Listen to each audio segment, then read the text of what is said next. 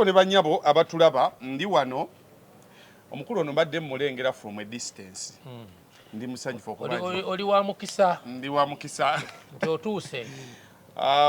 Busiro East. Busiro East. Jentero kulengera. Eyo nno eyo nje batuziika. Bakuziikawo.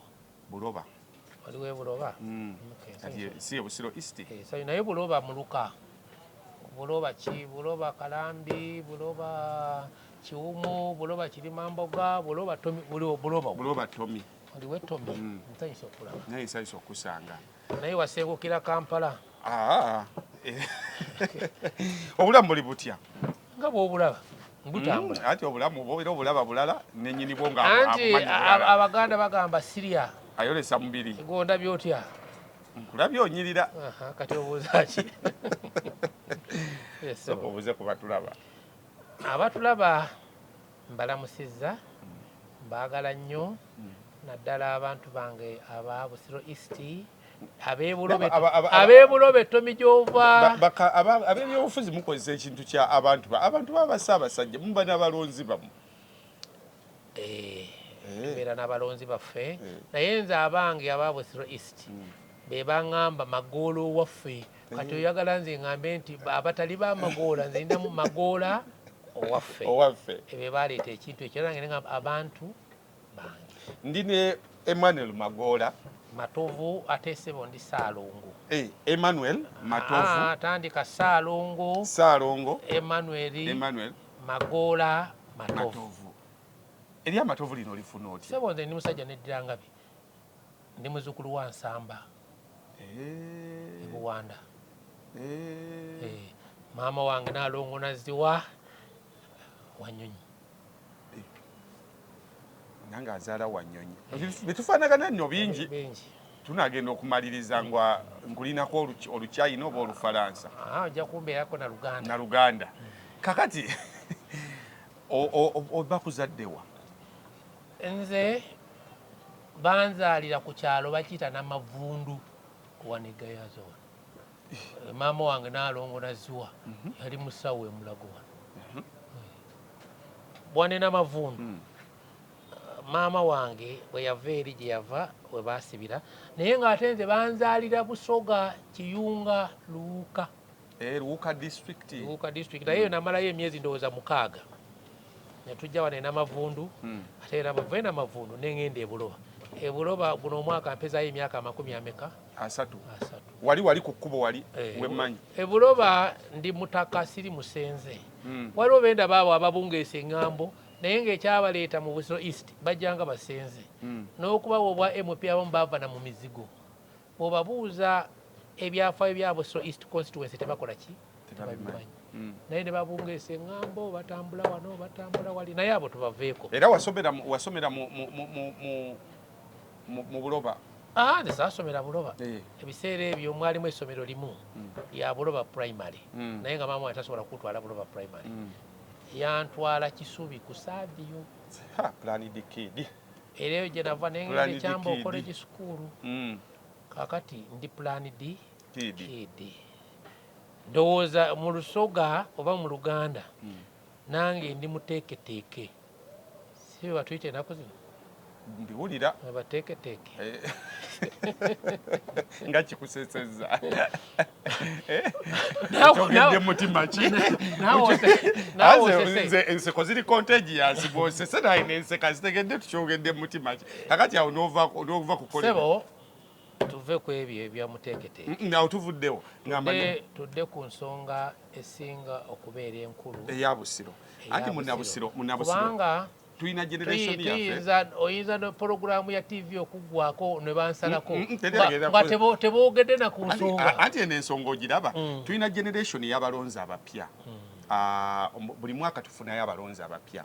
Kakati bakandidate omuntu eyakulaba edda mu bululu bw'ozze weenyigiramu yasobola okuba nga akutegeera. Ne tulinayo abaana abakaweza emyaka 18 eyo audience nnene. Tulinayo abantu abawera ddala obukadde 10 tebaalonda mu kalulu akawedde. Kakati mu mulundi guno they want to interest themselves into elections. Kakati kyekikunzigisa eyo omupyona ategere nti eyo omusajja eyasoma wano wano kuba byebimu ku bibatawaanya eyo mu butuuti bwammwe teyasoma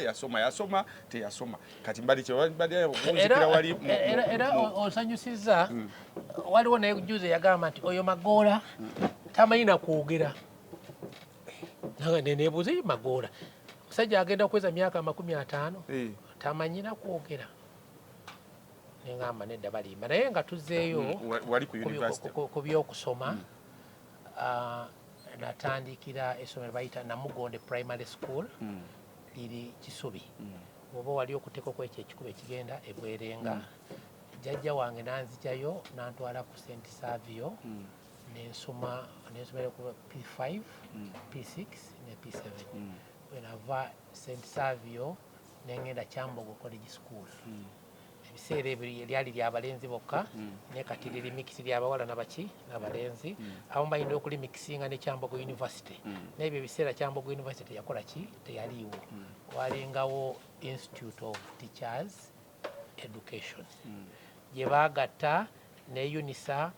okufuuka Kyambogo University naye ndagigenda Kyambogo College School era wenava Kyambogo College School nagenda mu America nasomera Ohio State University, Columbus, Ohio. Era nenkuguka mu bya economics, agricultural economics. Abo mbuuza ebyokulima n'ebyenfuna bya ssente Magoola byategeera. Era embeera gye mbaddemu yonna obulamu bwa Magoola ebadde yaki? Sikola nk'omulimu omulala nga tekukwatagana naki? Na ssente. Era olina n'okumbuuza ekikunyiriza ki ssente zezikola ki? Kubanga mu bululu obuwedde obwo nga tulaba ssente nnyingi kakati era obululu eri ewaffe gye tubeereyo nga bagamba era ewaffe eyo bantu nina amannya 4 naye ennaku kuno tebagampita bulungi erisooka Kamagu yantuuma binyaanya buli omusanga n'omwokya eri ewaffe e Buloba erinnya lye bampita ntya n'okulyogera wano naye amakulu gaalyo nti bw'okwata muno muvaamu ssente ne bw'okwata muno muvaamu ki ssente bampita Manooti Mr. Manooti era nze Manooti omuki mutuufu okwata eno muvaamu ssente neno bavaamu ki ssente eryokusatu ede tulireke ate eryokuna tugende ku kyatulesa kitegeeza obadde musajja mukozi kubanga ssente nange zibadde nkozi ebintu bingi abamu bagera ne beebuuza nekisinga okunnuma bagamba simanyi Magoola wa Museveni yamwaki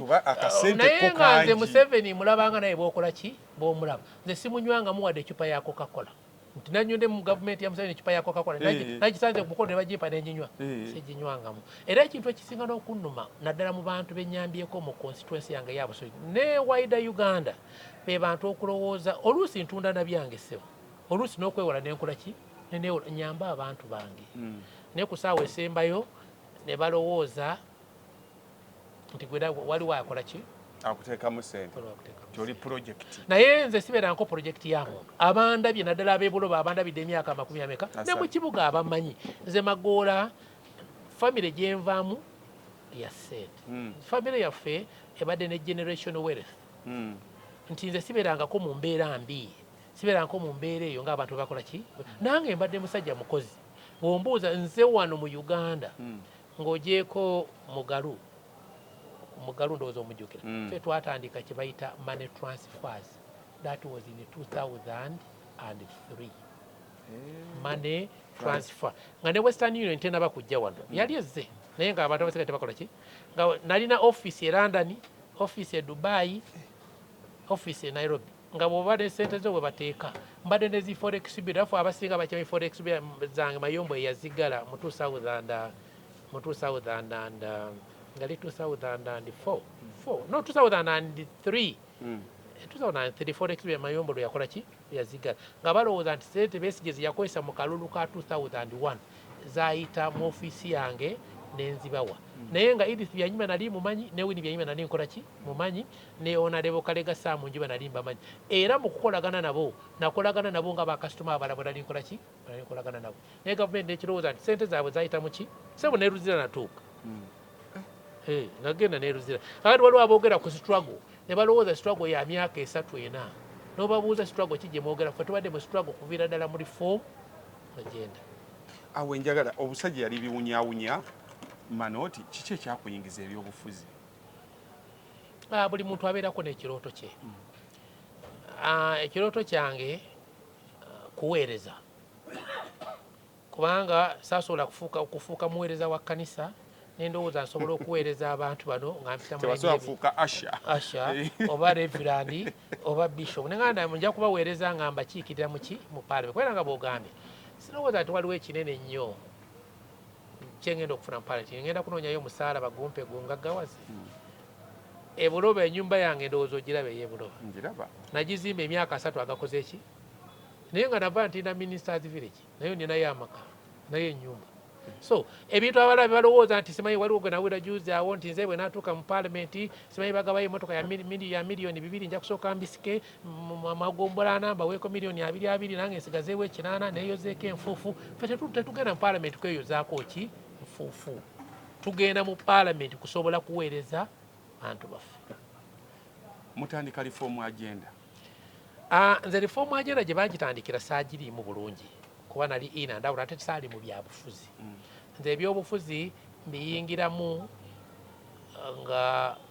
Besigye adduse avuddewo, reform agenda babawangudde. Kati mu kubawangula awo gavumenti n'etandika okunnoonya ng'egamba ssente zaakola mu kampeyini za Besigye ziri zayita mu ofiisi yange. Kati awo wenyingira reform agenda naye ng'akalulu kali kakoze eki kawedde bwe nayingira reform agenda. Era bwe twava mu reform agenda nalisebo nali musaale nnyo mu kukola FDC awo pressure yakenderako kuba mu bandi gavumenti yayongera kunyweza muliro. Pressure teyakenderako naye waliwo group eya PAFO omwali Basalama Musumba Bamugesha Muntu abaali bavudde mu NRM batuyambako okukendeeza pressure yakola ki eyatuliko kwa system bo baali bagitegeera ate bo baali baana baayo nga system abataali baana baayo nga bwetukuba si bwekola ki si bwebakuba. Noyingira FDC tuyingira mu kaluka 2 akalulu ako walaga interest yesimbawo kyekyatuuka kalulu ako kayina n'okunkaabya amaziga tosanga n'ebizibu byenina mu byobufuzi olwaleero byava ku kalulu akalulu ako bwe nakayingiramu nga tetunaba kukayingiramu nga akalulu ka 2001 kawedde. Nasaba nga ngenze Buloba of course Buloba nali ntandise okuzimba ennyumba ey'Ebuloba. Kati abantu b'okukyalo ne bangamba nti akansala waffe abadde atukiikirira ku district bamuyitanga James eddala ndyerabidde naye yalina essomero awo Bulaga. Omwami James yalina essomero awo n'afa. Mu kufa ne bangamba Magoola jangu otukiikirire ku district nga district kansala waffe. Era ekirowoozo kyabwe nakigula era netandika okutambula mu district yonna nga noonya bwaki bwa kansala. Kaakati waliwo Mike Kennedy Sebalu ebiseera bye yali MP wa Busiro East wa NRM, waliwo ne Kyeyune era akomyewo ku bwa chairman wa LC5. Kati ne batuula kati ne batuula ne Sebalu ne bagamba Magolo ono nga bwe tumulaba ennyirira entambula na buli kyakola yabo tayagala bwa kansala naye ayagala kulifuula ddala either ayagala bwa chairman LC5 oba ayagala bwa MP. Ne mbagamba it's okay nze njagala bwaki bwa kansala. Ekifo ekyo baagaana okukijjuza emyaka 3 gyayitawo nga tebakoze eki tebakijjuzizza. Kati we tugenda mu kalulu ka 2006 era nga nteekateeka kwesimbawo. Kati nga wabula yena ku 2 ku nomination lwela kitegeera nti mu voters register sikola ki siriimu bali banzije mudowooza batya ne bagamba Magolo ono katumujje mu ki mu voters register. Bino ebyokugenda ng'ogenda kwesimbawo ne weesanga tolondera mu olowooza byatandise ggulo. Bano be babitandika ba Sebalu ne Kyeyune. Ezeze gwe wabiwuliddeko n'ogamba nempapala negenda ku electoral commission yengenda buli kyenakola nekigaane bagaa tosobola kwesimbawo nga toli mulonzi mu Uganda. Bagaa kale singa obadde mulonzi anyway wandyesimbyeo naye ne toli mulonzi toli mu voters register. Naye nga gwe wali weewandiisa okwewandiisa okola okulonda naye neewandiisa okulonda lwakwezo national ID tezaaliwo naye nali neewandiisa okulonda kubanga jjukira ne mu kalulu kali nali n'okulonda nkoze eki nalonda era nalondera awo obuloba mu kalulu ako akabiri gumu kwe nalondera naye kati ngenda okutuuka mu voters kyakasikola ki kakati ne twebuuza tukoze tutya mukwano gwange wekitiibwa Sewava Sserubiri naŋŋamba ate kakyala kaffe tekasobola kwesimbawo mugamba omukyala akyali ku university nagamba gwe muleete era twali wa Kiso ne tumukubira esimu nti genda mu Kiyembe bakutungire Gomesi ojje ku press conference era bujjama neebuuza Susan Nakawuki ebiseera ebyo nga yali muto atuuka atya mubaka bwa Kwalabe twamukubira esimu n'owekitiibwa Sewava nga bebi ninaddiiru nimugamba yanguwa ekyapa akironda mmanya nimugamba yanguwa linnya bodaboda Gomesi bajja kugikusanzaawa olufumbo butongole oba akyali mukyala bagana byammwe twali tukyala bagana byaffe netugamba ebyo tujja kubirabira mu maaso eyo abalonzi tunaabanyonyola era mu kalulu ako kyenyinza okunyumiza waliwo akafaananyi akatambula awaga Magoola alina omukazi omulala Magoola alina mukazi we omulala naye mbagamba nze ewaffe jjajja wange yawasa abakyala 57 ne bwe mugamba nti nina owokubiri n'owokusatu eyo si nsonga yammwe sinnaweza na kitundu kya jjajjange munakawuki mumuleka agiye simbe mukyala wange naye mbagamba no mukyala wange era yatuukira mu Gomesi buli muntu n'aseka sewo naga baleseka fulawa galukaze kola ki kutuwerekera era kyenzijukira bwe natwala nakawuki oyo kumwanjula Kizza Besigye era neva jaji a book by its cover Besigye teyasooka kutuddamu naye privately yagamba you think she is the best kyaliyo naye mugamba I believe yabasinga n'agamba I want to interview her otyo Dr. Besigye ne mukyala Sebugwawo ne bawa Nakawuki interview Besigye n'agamba she is the best and she is going to win. She was eloquent. She was a very good orator. Kyembuuza omwana ali ku university kati ye mwamukubira yabirimu ebyobufuzi oba yali bintu bibirala kyali kisinga obukulu mu ye nti yali anzikiririzaamu nga nibo mugati kati njala osuubula kino yali anzikiririzaamu era bwe namugamba jangu teyabuuza birakasana kimunywera kusibu nagamba bw'oba bw'otyo bw'osazeewo kanzija ate n'atatuswaza mu press conference ye yasooka mu bulabo olwamukwasa akazindaalo twagamba bugaba nti ono MP akola ki addako era omulimu yakola muki mulungi ebyaliwo byali muwala muto ate bya buntu gwe tosobya buli omu asobya ate tunatambuliranga mu nsobi ze yakola wano nawali omulimu gwe yagukola gwali gwakusigukula Mike Kennedy Ssebalu kumujja mu Busiro East Constituency na kugoba movement mu constituency ya Busiro East Constituency era ogwo omulimu yakola ki yagukola era gwe gwamuleeta ebirala byonna yakola ki no abaka abalala bokumuleta muteesa mu kaluka 2:11 nti kati gwe gende e Masaka nze nsigale wano oba what happened kuba kati nanyini kifo okomyewo 2:11 ate mukyalawo already akirimu anti kyekyavaako mutuuka kutya ku nzikiziganya Susan we yagenda mu parliament na byonna ebyaliyo simunenya naye bwe yadda mu bantu ba Busiro East Constituency ne bamugamba tetwawa ggwe ffe twawa Magoola era ne bagamba Magoola ffe gwe tukola ki gwe twagala era n'abagamba nti ekagendewa e Masaka era ne tukkaanya agenzewa agenze Masaka kuba e Masaka yewaabwe bamugamba gwe toli waawano Magoola yewaawa ye n'agenda e Masaka yiyogera ku ekyo wabaleetera omuntu nga Beesize gwe oli yali mukyala Magoola Beesize Magoola era balonda ani balonda Magoola tebamuzaalaawo tebayinaawo kakwate mu kifaananyi ky'oli mwali b'amaanyi nali w'amaanyi nnyo wali w'amaanyi era nakati sebo kyali w'amaanyi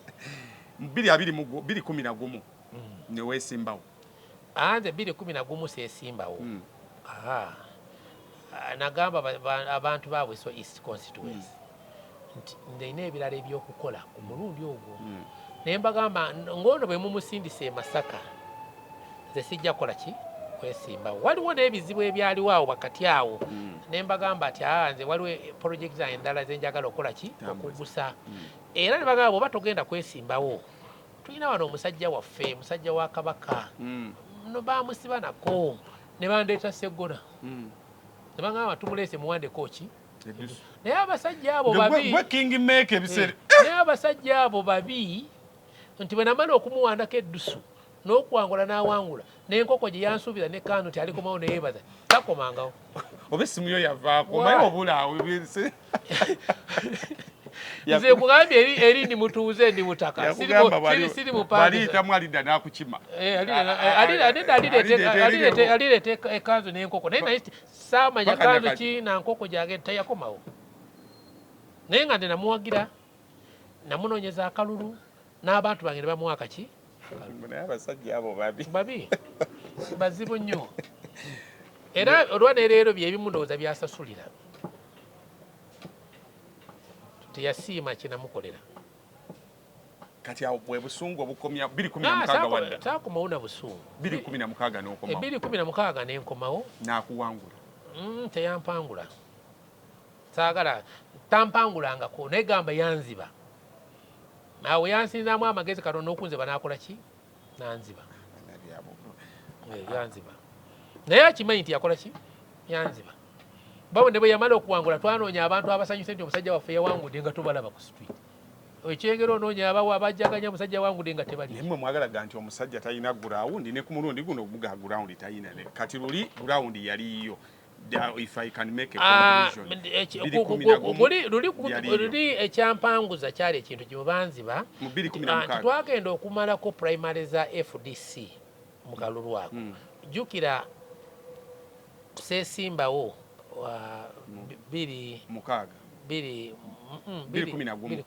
kati tuli mu 2016 sesimbiyewo kati nzize 2016 okwesimbawo kakati mu kwesimbawo okwo waliwo FDC olutalo vaawo mpitewo nze nali ku saidi ya Mugisha Muntu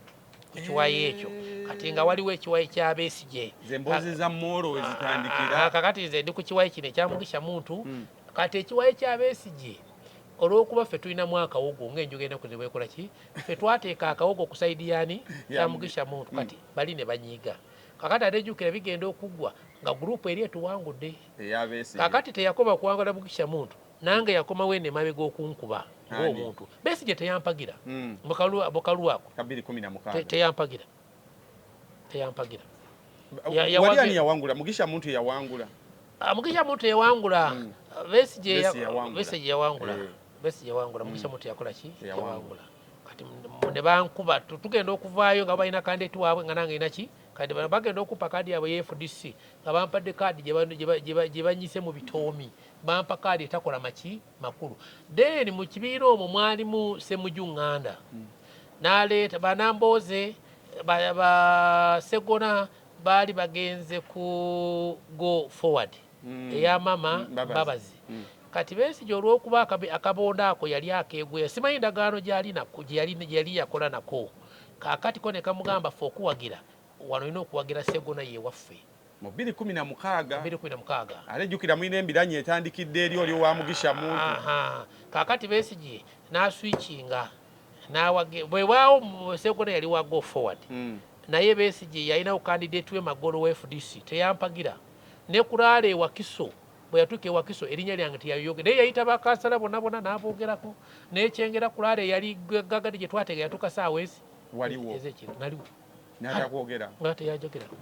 kati Sseggona n'agenda ngagamba nti omusajja olaba ne Besigye tamwogeddeeko kaakati ne wabeerawo meeting ze babeeranga zeekubisangamu ebifaananyi kati Sseggona bye yatambuzanga nti olaba tuli ffenna tulina Besigye olaba no Besigye ewa ne batandika n'okumwogeza naye simanyi nti ebiseera ebyo AI yaliwo ng'abantu babazannyira akatambi anti osi wa Magoola aleeteyo akafaananyi nga Besigye ayogera naye bo baleeta kyabwe ng'ayogera Sseggona ono ye waffe yesuubi bajja bayaye nnyo kati akakalu ne kagenda ne bakuwangula okukkiriza banziba tebampangula ate onnyonnyodde Besigye yayika amasanze ebiseera ebyo takuwagidde tuwulira tutuuka mu kuteekawo ba polling agents nga pate eri supposed nedowooza nti pate tugenda kukolera wamu ereete ba polling agent abaayo nange ndeete ba polling agent ki abange ne bangala Magola tofaayo ekibiina kigenda kuleeta ba polling agent gwe bawe buwika ki kase kumbe Sseggona yampita emabega nga baagenti Basseggona kati okwo baba tebanziba okubba akalulu kwa mirundi mingi 2-21 ne tujja twali bamaanyi nnyo n'okomawo ne tukomawo era Sseggona n'akugalamiza teyangalamiza yakola ebintu ebi bibiri ngenda kubinnyonnyola wano abantu bange ba Busiro East mu birabe ekisooka waaliwo kye bayita wave omuyaga nti omuntu yenna atayimira na Kyagulanyi ku mulundi ogwo baamutwalanga atayimiridde n'abantu oba ayimiridde n'ababatulugunya ate jjukira twali mu covid nti tebaatuwa mwaganya naddala ffe abaali independent tebaatuwa mukisa ku kampiininga mu bantu kubanyonyola meseji yaffe meseji ate nga abaali ne political parties baafuna omukisa teba pulezidenti baabwe meseji eyo baagituusa muki mu bantu ffe covid yatusibira waka ndowooza ekyo kijjukira nti tebaatukiza kola ki kugenda naye bw'otunuulira akalulu ako nga kawedde n'otunuulira results ezaavaayo Magola bwe yafuna n'oli bwe yafuna bw'ogatta obululu bwa pulezidenti Museveni ne Kyagulanyi ku sayidi eno n'ogatta obululu bwa women MP n'abala ku sayidi eyo n'ogatta n'obwa Magola ne Basseggona ba MP ku sayidi eno ogenda okulaba nti Sseggona yalimu popular okusinga Kyagulanyi nti Kyagulanyi we yafuna obululu Sseggona yafuna obululu 2,400 obusukka bwa pulezidenti Museveni ne Kyagulanyi women MP n'abaaliko ne ba MP tiyanzibwa obululu 2,1000 olwo yafuna businga bwa pulezidenti we obwa woman MP businga bwa pulezidenti bw'obugatta eno wansi tono bano bwe baba bafuna 10,000 yeno yafuna 12,000 nti yali popular nnyo okusinga waliwo abalonzi abajja ne batalonda waliwo abalonzi baamwana no baloti y'obwa pulezidenti n'atagiteekamu oba n'ayitawo neya women MP n'atagiteekawo n'agenda naye n'alonda ono akola ki asembayo kati obwo bwe bubbi obwakola ki bwena complaining nga bagamba musajja akusinza amagezi omulundi omulala mutayize ki ekikuleeta nga independent kuba wali obadde mu FDC mu 2016 2021 osazaawoze nga independent andi nze FDC twayawukana nabo divorce kwe kwawukana twayawukana nabo nga tuvudde mu kalulu kali ng'ate ne FDC efunye bamafiya baayo era nze FDC gye twatandika si FDC eriwo kati gwe FDC eriwo kati bagita FDC ya Nandala nze saagenda mu FDC ya Nandala nagenda mu FDC y'abantu bonna ffe mu FDC mwana gwe twazaala ne tumulera bano ne bajja bamutemeko omuki omutwe kati yo FDC netwawukana nayo nengenda mu National Unity Platform gye wasooka wali mu independent akaluwe kamala okugaana n'ogamba bano abankubye be batuufu okwegattako if you can't win them join them nsonga ki ezikuleeta mu NUP ng'ogyeko okuba nti waliwo weegatta ku b'amaanyi abaali bakuwangudde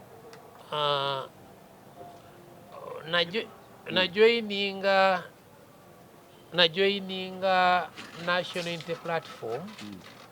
okusooka nga nzikiriza mu struggle bo gye bayita struggle bwe baginnyonnyola era ne bwe nasinkana Kyagulanyi yammatiza nankakasa nti eno struggle yetutwala mu Uganda empya mwatuulamu one on one saajoyininga bujoyininzinga enebodeto isaati one on one naŋŋamba jangu onjoyininge era mu kumuŋŋamba nti jangu onjoyininge naŋŋamba bwe ntunuulira Busiro East etambula ya Magola gwaginamu amaanyi gwagimanyi gyeva ne gyetandikira gwamanyi abantu ba Busiro East constituency ate gwasobola okugiwangula ye yakubira nagamba alo oba oliawo nga yakubidde oba you applied oba wamunoonyako abantu abamwetoolodde abamuli okumpi bagenda e Mabombwe ne balaba Haji Burhan kubanza Haji Burhan ye taata wange mu byobufuzi yandeeta musajja Haji ew'e Mabombwe eyo si Sheikh Haji ne bamutuukira ogamba tunoonya Magola naye wandibadde omugamba anoonye ku Kyagulanyi banyumyemu nemunoonya era yagenda ewa Seeka Burhan bamuyita Baba Steve fewe tumuyita era Steve nayoga ne Bulwani nankwera ngamba Magola genda onoonye ku mukwano gwange Robert Kyagulanyi era sebo ne munoonya tusinkana ne tunyumya nagamba nansaba jangu oyingira ekibiina kyaffe kya National Unity Platform ne mugamba nja kukiyingira nangamba kale katuteeketeeka olunaku ojje oyingira officially naye nagamba nga taba kuyingira officially jangu ku mu office yange tunyumye enkwanjulye ne ku bantu betukola nabo ki emirimu era abantu bandaba nagenda ku kitebe nenyingira bulungi nnyo nanyaniriza nandaga be bakola nabo emirimu nabagamba Magoola nvubye mpuuta eyingidde ekibiina era sebo ne bategeka omukolo gwali munene nnyaamu sinze nzeke yagoleko kwaliko n'ababaka ba paalamenti abakola ki abakyuka ku era ze nali omukubo nze saali baka wa paalamenti naye nalimu ku kibinja ekyo ku leve eyo kwendi eyo kuyantwalira nenyingira ekibiina n'otandika emirimu olwo essuubi lyo likuli luddawa wali osuubira ki mu kibiina kwa buli muntu alina kyasuubira mu bufumbo era bye nali nsuubira mu kibiina n'olwaleero bye ndi mu kunoonya bye nali nsuubira mu NUP kubanga enjoga bye twali tumaze okwogeramu emabega eri bavubye empuuta nnene bakugambye gwaliwo era no kinakimanya bulungi ne kaadi bagenda kukola ki bagenda kugimba wali meeting byonna byonna n'omanya wano wenkutte kaadi njirina era bwe natunulamu era n'olwaleero bw'otunulamu abantu abali mu Buso East Constituency okujjako Magoola byalina ne mu recognition era ne brand bano abalala bamala kuboogerera nnyo oli abadde emyaka 15 abawakwogerera nembeera obeera mu kino emyaka 15 nojja naawe nogosaba kaadi ne bagikuuma nga naawe otambulanga bano abantu abazze eggulo oli ayimbidde emyaka 20 leka naawe tewakwogerera oyimbidde emyaka 15 naye nga olinaolinde nze bwe nabeerera mu FDC nga kaadi sisaba nsabe nga I have a right to eat kakati bw'obuuza wawaiswa mu Fumbiro Rubongoya Ssenyonyi kaadi zaabwe zaali ring fest nga tosobola kwesimba ku Rubongoya n'oyingira Kitebe ng'oyingira wote kali ye emyaka 10 ekyamulema okuzimba empire eyo empire bazimba ki bazimba nzimbi ekyo kye kyamulema okugizimba emyaka 15 ng'onyumyamu naawe nali mu recognition ate yagamba atya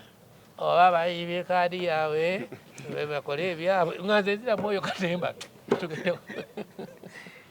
wayingira NUP mu 2020 saagiyingira 2022 FDC ogambye ngamba NUP NUP ngimazeemu emyezi 6 teginaba kuwera obadde wakajja wano mane akagiyingira juzi wano emyezi 6 giweze kakati mu myezi 6 biki byobadde okoledde nga nsaba kaadi biki byobadde okoleddemu byogamba nti emyezi gino 6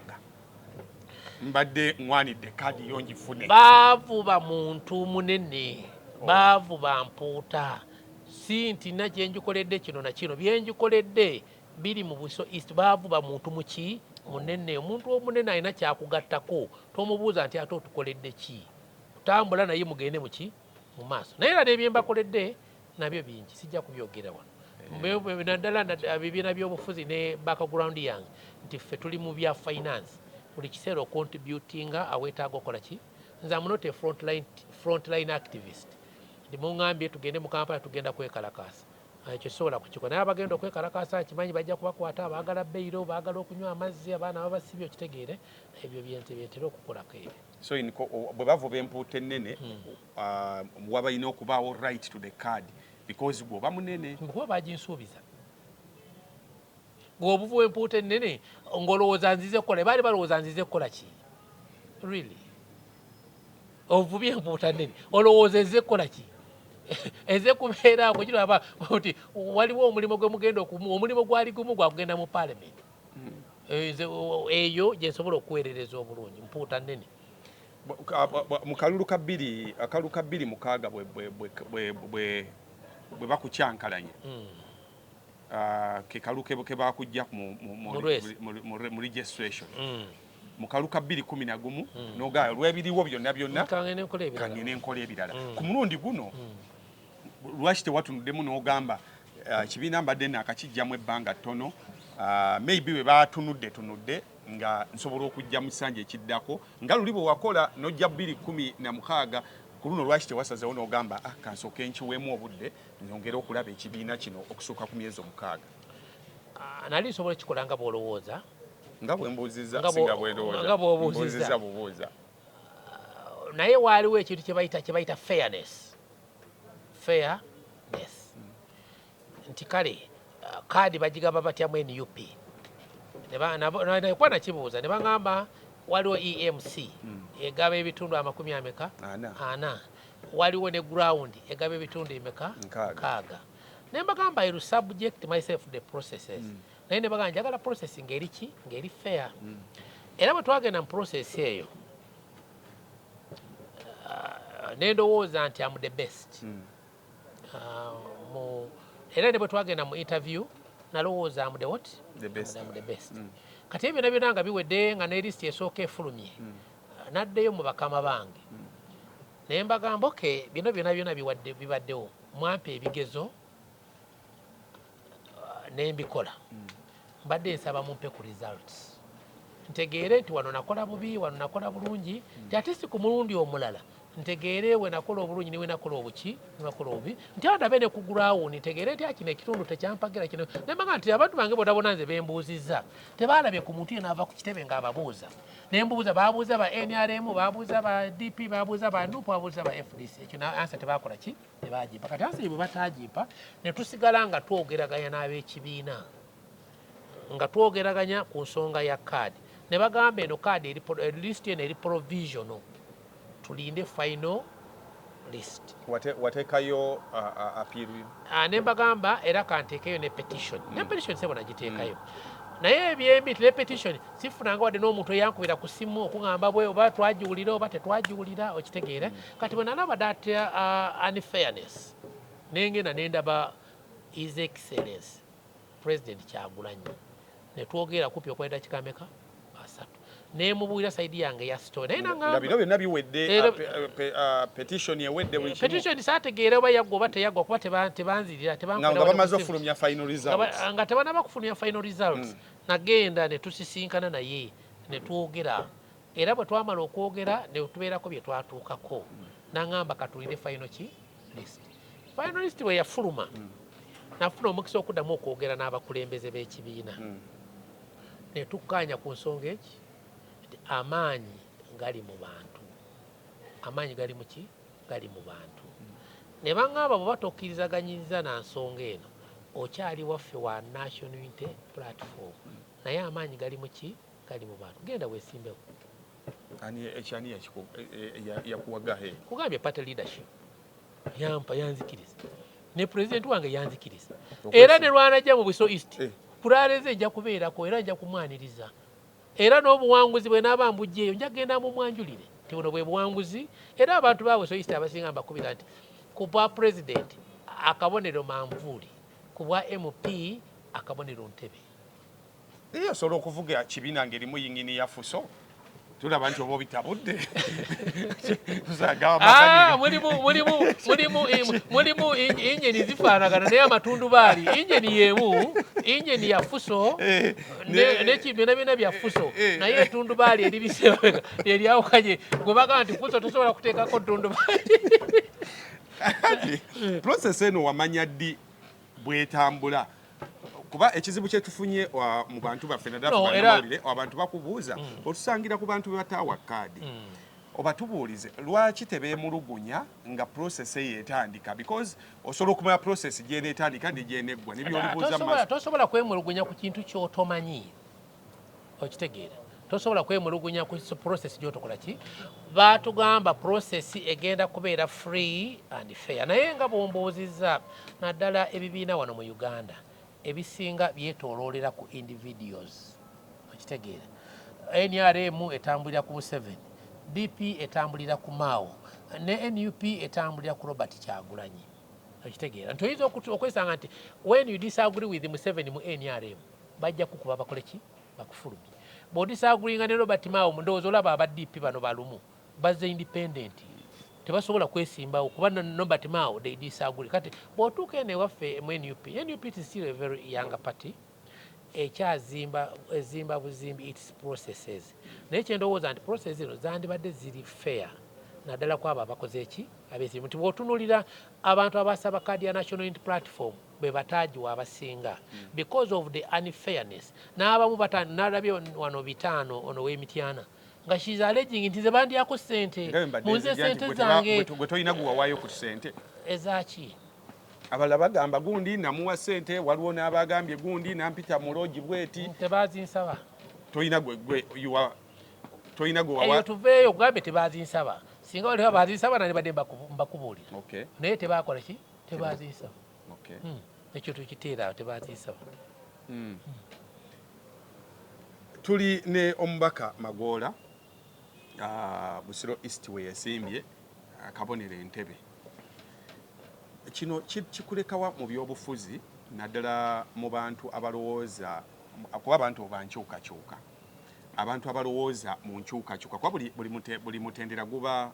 ko agukulembedde luli yali Besigye mulundi guno Kyagulanyi kikulekawa mu bantu we bati abalowooza nti guno omulembe Kyagulanyi yagukulembedde nga gwa kabonero ogenzeyo na Ntebbe His Excellency Kyagulanyi bwe yali alonkinga kampeyini ze bwe twava e Lweza ne tugenda wali e Katwe yagamba ku luno tuwanika bendera ya Uganda gye tukola ki gye tuwanika twerabira amawanga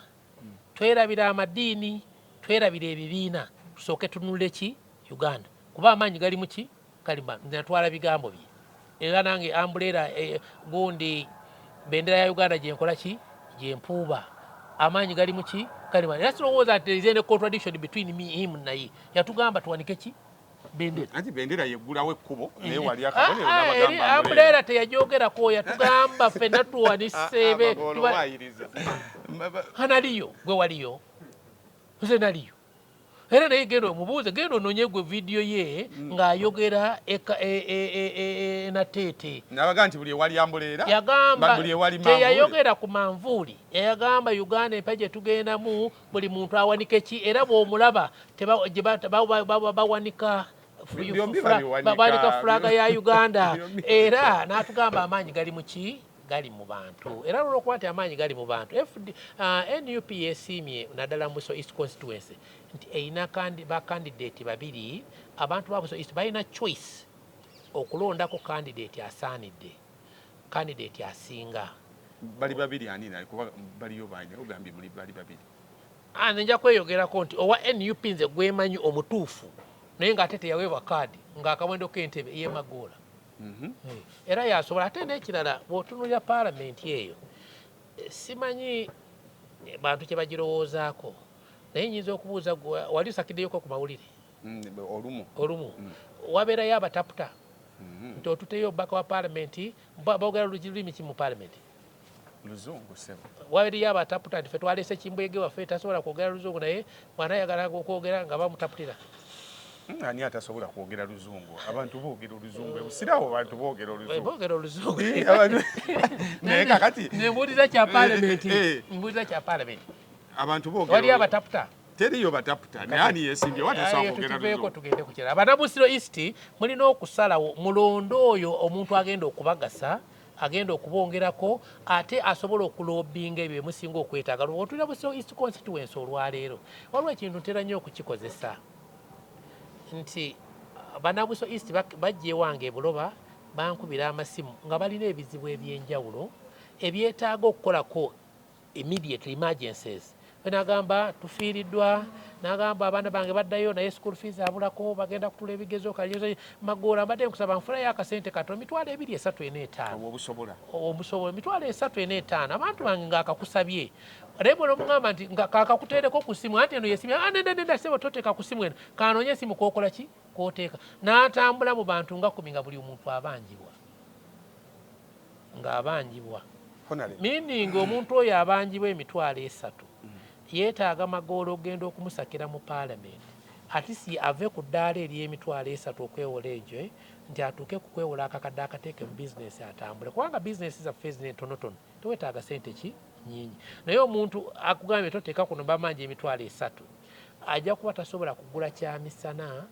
kyankya baana bali basobola okugenda kuki ku masomero. Meaning Magolo w'enkulaakulana kyagenda okusooka okukolako nga kubaamu na nkalu nga wojjira akwokyayo. Sinakweramu na nkalu. Oyagala kukola ki? Kubanga ng'ono omwami ono ye Sarah Tolo ali e Kampala ennaku zino atukubiriza nti abantu bagende bakole ki? Bakole. Meaning bw'ojjeewo Amagola tagenda kuwa sente zakulya kuba tagenda kuzikuwa buli lunaku ate tasobola kuziwa abantu bonna. Naye Magola asobola okufunira entandikwa. Bw'oba obadde oli waka genda osubula amatooke 4 otandike okugatunda ku kyalo k'okola ki? Kwobeera. Mwami Magola, the independence candidature eyiyo eyongera ku maanyi mu kujjako NRM oba ekendeeza maanyi mu kujjako NRM? Independent yange eri so unique nti eyongera NUP amaanyi egiwagali amaanyi n'ag'omu buto okulabira ddala nti Busiro East esobola okununulwa. Busiro East constituency erina abalonzi emitwalo 34. Size zino constituency z'olowooza nti ojja kuleeta amacha ajja agiwangule. Ekyo tekikola ki? Nti era bw'ogirekera ba amacha NRM esobola okugiwangula. Era NRM naye gwe kennyini wali oleese ku amacha n'awangula NRM mu kaluka 26 wamujja na ku university nga talowooza nga amacha gwoyogerako tunulira abasajja abaaliwo ate ebiseera ebyo abasajja baali b'amaanyi abeesimba ku oyo amacha baali basajja bana nkwatanga bu b'Amagoola be baayimira emabega w'oli gwe gw'ogamba nti amacha ffe twamuyimira emabega n'awangula. N'olwaleero abayimiridde emabega boyita ba amacha irayo nga nze musajja mukwatangabo ate bw'ogamba nti w'amaanyi mukwatangabo Kyagulanyi bwaba ayimiridde emabega waabwe ng'atayimiridde b'amaanyi. Kyagulanyi ayimiridde mabega waffe. Kyagulanyi yalina ettu eryo ettu lyakutte ne Magoola mwe muli ebirowoozo bye ku national level. Ettu eryo nga bwali kutte bw'ati ndikkiririzaamu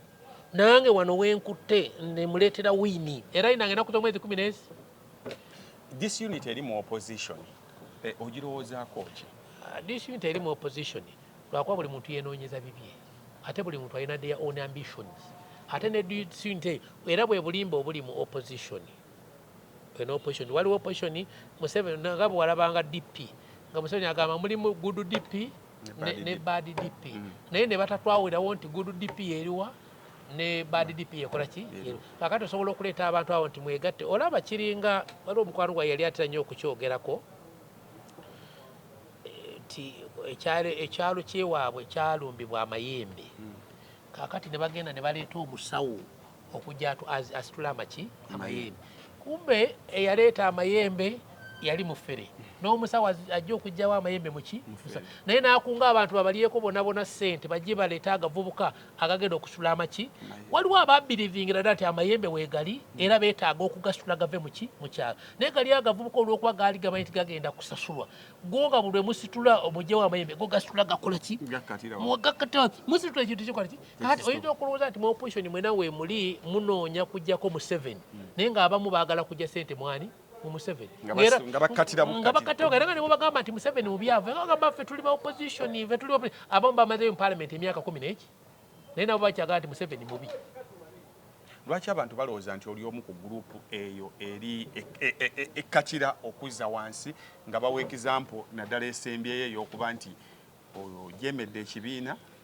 Nze sijemerangako kibiina ate bw'otulira ne track record yange my credibility nze mbadde mu opposition for over 25 years.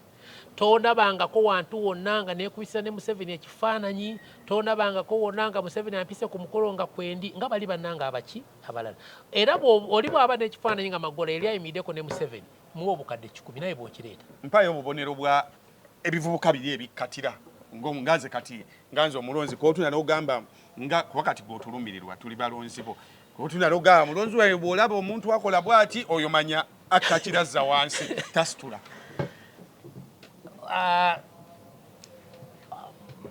ne mu busiraamu bugamba nti obubonero bw'omunanfuusi oli bumeka buli busatu akasooka bw'asuubiza tatuukiriza ali ebigambo bye ate bw'ayogera ayogera alimba kaakati ne mu Busiro East mulimu oyo ng'olwaleero ali ebigambo bye one mulimu Katambi Kenalaba ng'oli agamba nti Kafeero bwe yamala okufa General Salim Musale n'atuyita tumuyimbire era bwe twamuyimbira nze gwe yasiima n'agamba nze nzazze mu kifo kyani kya Kafeero era nze muyimbi we ali official ako ke kamu kubonero bw'omuntu nga munanfuusi ate ekyo kikwataganirawa tosobola kulya mu lulime n'olya tosobola kulya mu lulime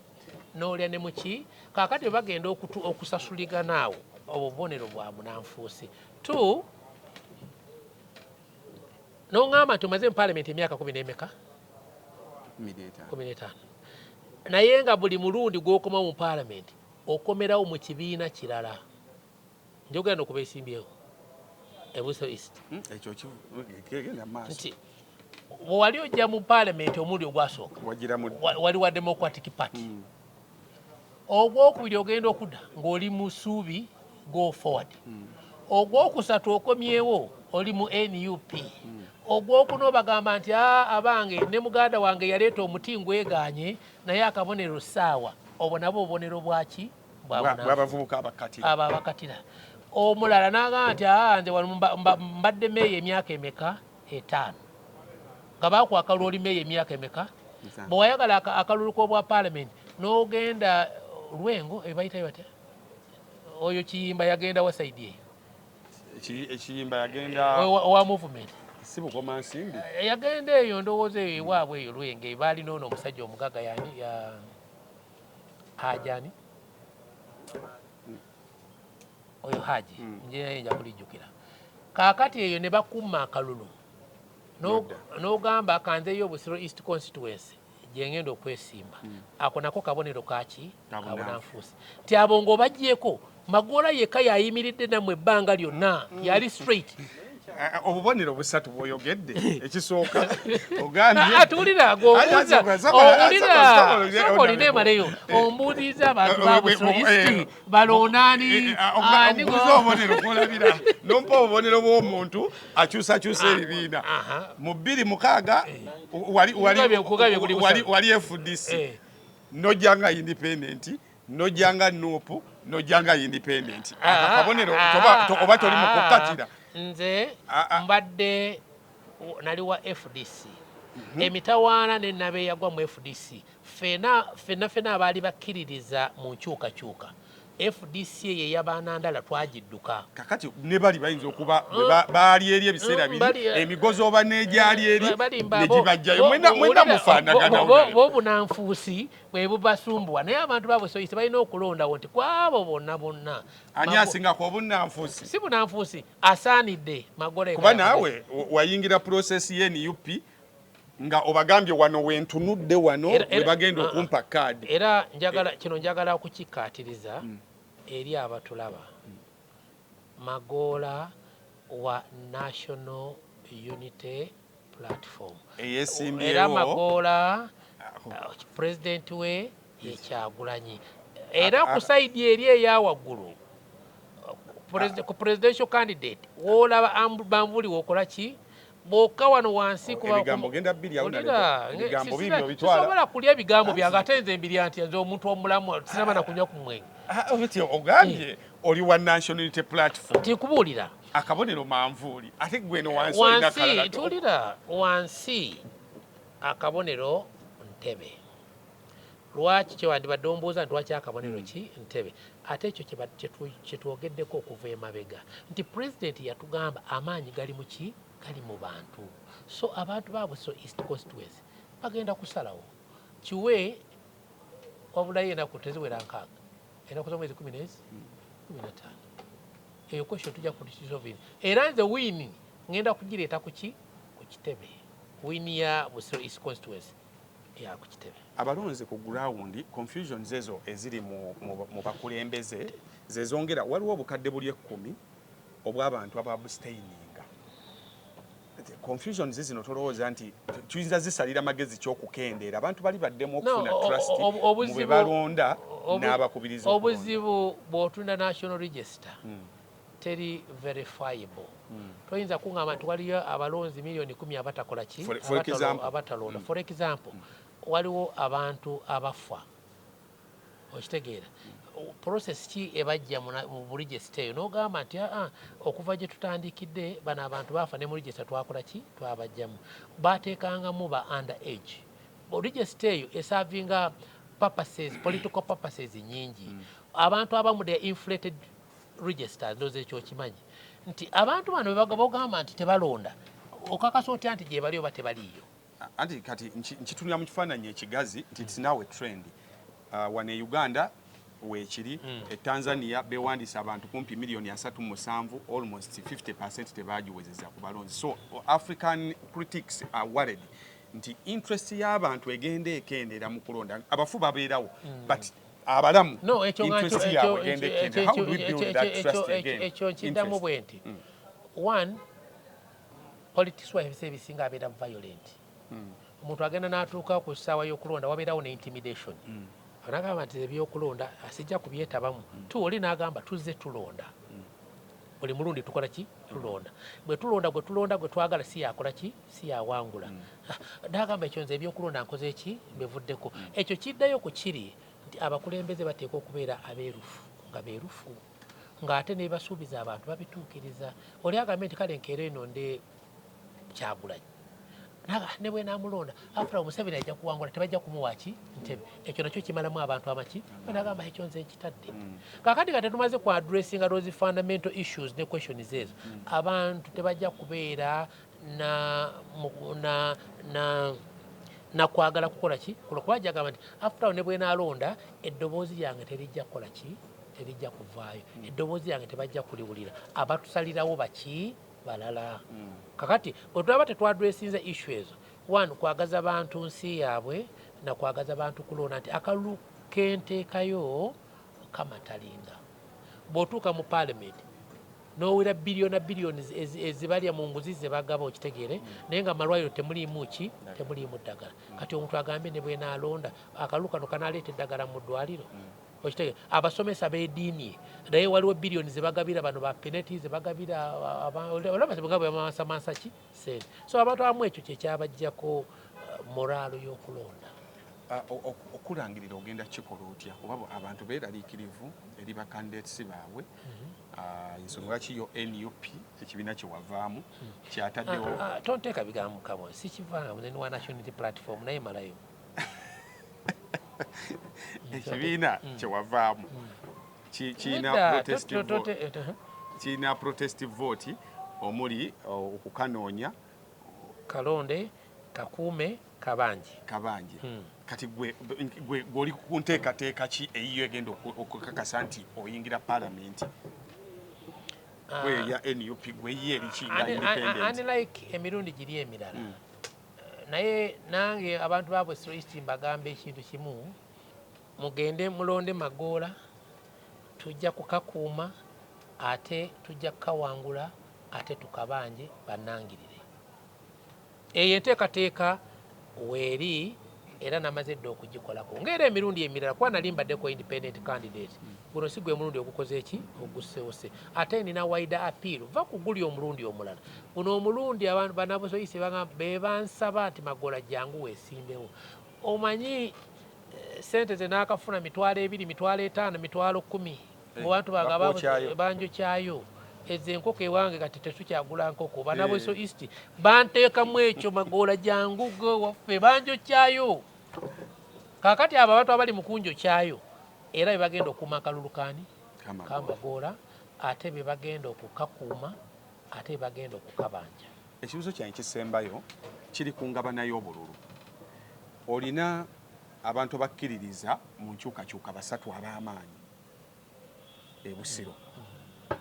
olinamu n'oweenaalemu obululu no temuwadde naddala mu abazenga ba independent temuwadde weenaalemu kyanya kuba mweno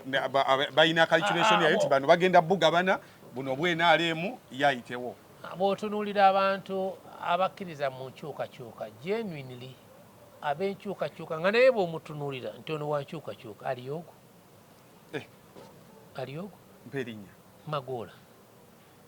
teri wankyukakyuka mulala abasigadde tebagikiriza banoonya byabwe oli yagamba bwe natuuka mu paalamenti nga nfunye zima emmotoka nga ngabana oli atwalako 2 nange kinanga oyo naye ng'ali mu nkyukakyuka waliwo abagenda mu paalamenti nga bagenzeyo okunoonya mirimu ng'agamba nti paalamenti nange mumpeeko nga katolu bwama era singa babadde beerufu ne bagande nange mumpe ngende ndyeko nali mukanyenze Magoola nina kankuleko ogenda okole ki naye banabusoyisi baagala services baagala mubaka agenda bategeera agenda bakolera so oyo agambye nti gezeka ngende nenazeeko enfuufu akasente bwe naakafuna tukatemeteme ekyo banabusoyisi kye baagala tebaagala mmere nti bagenze ew'omubaka afumbye piraawo balye banywe Magoola ayagala nga buli mutumbuzo East Constituency asobola okugenda n'agula omuceere n'aguleetaako omukyalo we n'afumba piraawo ne bakola ki ne bali so oyo nti ngende paalamenti kugula piraawo ndeete tulye ebyo si Magoola si byaliko 2017 be bali nominated abasoba mu 2000 be bali nominated nga tunoonya abaka 5 kumpi 19 almost beyond half bonna bagenda kugwa omuwendo gwe ng'omuntu eyasoma economics ng'omuntu atunuulira ensonga guindicatinga ki leka neeyogereko nganze bali abala bayinza okuba banoonya mirimu and waliwo ekitabo kigaa kye bayita get rich quick banoonya we bagaggawalira nga bayita mu bwangu balowooza politics offers that tebatunuulidde kuweereza baki kuweereza bantu n'abamu they are just jokers nga baagala nsi be bategeere nti nabo baali beesimbyewo naye nga bo batunuulira kati nga nze abamu betwesimbyewo nabo nababuuza ekigendwa kyamu okwesi waliwo ne gwe nabuuza ti mpozi gwe namusanga ku layini nga tugenda okunomerera nga mpozi gwe gwani obeerawo nagamba munaye nze Magoola nkulidde ebbanga ddene naye nange embeera eyo ekyandeese wano nze njagala bwakwaya master naye njagala mbagambe nange neesimbawo ko bampa obwaki obwakwaya master nga muyimbi muyimbi mukwaya saidi eyo busaidize eyo kakati n'oyo naye nga kyanoonya bamutwalira Honorable ebigambo byo ebisembayo eri ebigambo byange ebisembayo bigenda eri abalonzi bange aba Busoga constituency okusooka mbeebaza mwebala okumpa omukisa guno okubaweereza tusigale ku nsonga ate tugumire ku nsonga campaigns zaffe zitandika ng'ennaku z'omwezi 10 abasinga abadde bankubira amasimu Magoola tonaba kutuuka eno Magoola tonaba naye mbasuubiza nti timetable yafulumye era ku mikutu gyaffe twatandisidde okugisharinga ngenda kujja tunyumye mumbuuza ebibuuzo byammwe nange mbaddemu ate era ng'ennaku z'omwezi 15 mugende mulonde awali entebe kyokka ate nga wali waggulu awali manvuuli President Kyagulanyi oyo Honorable Emmanuel Magoola Honorable Tubbi yesimbyewo Busiro East ebibuuzo jja biteeka wansi awo bwe nalabawo kyendaba kya muzinzi waffe waawano Busiro kumpi ntambuzaawo n'ebigere nja kuba nkimubuuze mugaye waliwo kino ekyazze nga mmaliriza ebisigadde n'ebinaddirira tubaagaliza kalulu ka mirembe buli omu wooli vaayo owulirize kandidate wo kyo nkikubiriza vaayo owulirize kandidate wo byayogera osengejja ogenda okutiikinga wali ng'olina ensonga zongazizo z'ogamba nti zino nawuliriza bulungi omukulu ono yakize ku banne ajja kuntwala mu maaso awangale Ssaabasajja